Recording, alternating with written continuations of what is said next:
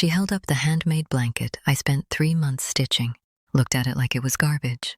Then she laughed, right there, in front of my son, in front of everyone. She didn't know that the apartment she was standing in had my name on the deed. My name is Gloria.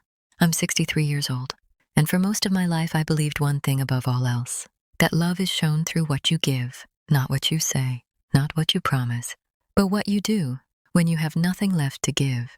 I raised my son Daniel on my own. His father left when Daniel was 4. No explanation, no goodbye, just a note on the counter that said, "I'm not built for this." So I became both parents. I worked double shifts at a textile factory for 22 years. I packed lunches at 5 in the morning, helped with homework at midnight, skipped meals so Daniel could have seconds. And I never once complained, because that's what mothers do. We carry, we sacrifice, we wait for nothing in return. And for a long time, I believe Daniel understood that. Daniel met her in his second year of law school. Megan. She came from money. Her father owned a real estate development company. Her mother wore pearls to brunch. And when I first met her, I could see it in her eyes. The way she looked at my hands, rough from years of labor. The way she smiled at my apartment, small, modest, clean but clearly not enough. Still, I welcomed her. I made her my grandmother's roast. I told her stories about Daniel as a boy. I gave her the one thing I had, warmth. She nodded politely, checked her phone, and never once asked me a single question about myself. But I told myself it was nerves, that she'd warm up, that love would grow. I was wrong.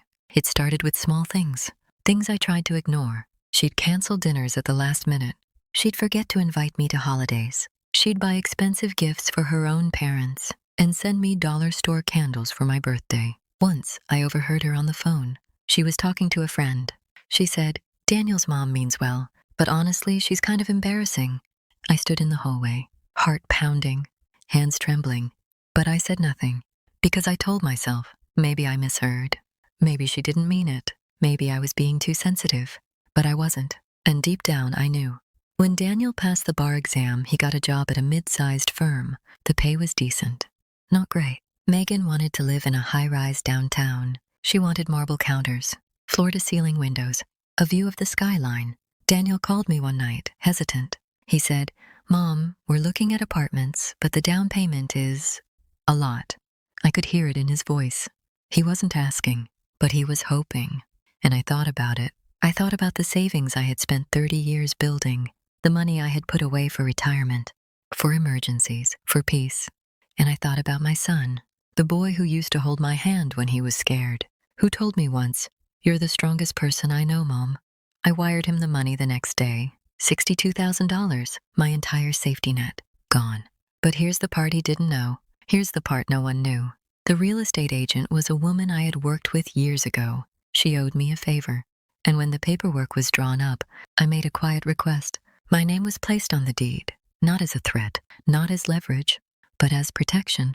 Because even then, something in me knew. 6 months later, they hosted a housewarming party. Megan invited her entire family, her college friends, co-workers from her marketing job. I was invited as an afterthought, a text message the night before. I almost didn't go, but I wanted to see my son. I wanted to be part of his life. So I brought a gift, a hand-stitched blanket. I had started it the day they moved in. Every night after work, I sat in my living room and sewed. I chose soft, cream-colored fabric, embroidered their initials in the corner. I poured hours into it, because I wanted it to mean something. I wrapped it carefully in tissue paper, and when I arrived at the party, I handed it to Megan with both hands. She barely looked at it. She opened it in front of everyone, held it up, and then she laughed. Not a warm laugh, a mocking one. "Oh, wow," she said. "This is so homemade." Her friends giggled. Someone whispered, "That's the mother-in-law." Megan dropped the blanket onto a chair like it meant nothing. And then she moved on. To the next gift, to the next guest. I stood there, invisible, humiliated, and Daniel, my son, said nothing. He just looked at the floor. I didn't make a scene. I didn't cry. I didn't confront her. I simply left, quietly, unnoticed. I walked to my car in the parking garage, sat in the driver's seat, and stared at the steering wheel for a very long time. That night, I made a decision. I wasn't going to beg for respect.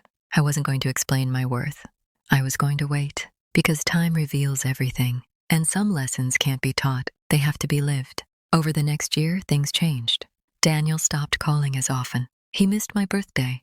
He forgot Mother's Day. And when I did see him, Megan was always there, watching, controlling. I could see my son slipping away, but I stayed patient. Then one day, Daniel called. His voice was different, heavy. He said, "Mom, we're having some financial trouble." Megan had overspent. Credit cards maxed out. They were behind on HOA fees, behind on bills. And now, they were thinking about selling the apartment. He asked if I could lend them more money. I paused. And then I said something I had never said before. I said, "Daniel, do you know whose name is on that apartment?" Silence. A long silence. "What do you mean?" I told him everything. That I had co-signed the deed, that legally I owned half of that home. That if they wanted to sell, they needed my permission. And I wasn't giving it. Not yet. 2 days later, Megan came to my apartment. For the first time in 3 years. She didn't knock politely. She banged. When I opened the door, she was furious. "You have no right," she said. I looked at her calmly. "I have every right. I paid for it." She started yelling about how I was manipulating her, about how I was trying to ruin her life. And I let her talk. I let her rage. And when she was done, I said this, "Megan, I gave everything I had for my son. I didn't ask for gratitude. I didn't ask for praise, but I did expect respect. You laughed at something I made with my own hands. You treated me like I didn't matter." And my son watched and said nothing. She opened her mouth, then closed it. I continued, "I'm not going to take the apartment from you. That's not who I am. But I want you to understand something. You're living in a home that was built on sacrifice. Not yours, mine. And the next time you look at something someone made with love and call it cheap, remember where you're standing." She didn't say another word. She left, and I closed the door behind her. A week later, Daniel came alone. He sat at my kitchen table, and he cried. He said, "I'm sorry, Mom. I should have said something. I should have stood up for you." I didn't yell. I didn't lecture. I just held his hand and said, "I know." We talked for hours about the years we had lost, about the silence between us, about what family really means. And by the end, he said something that finally brought me peace.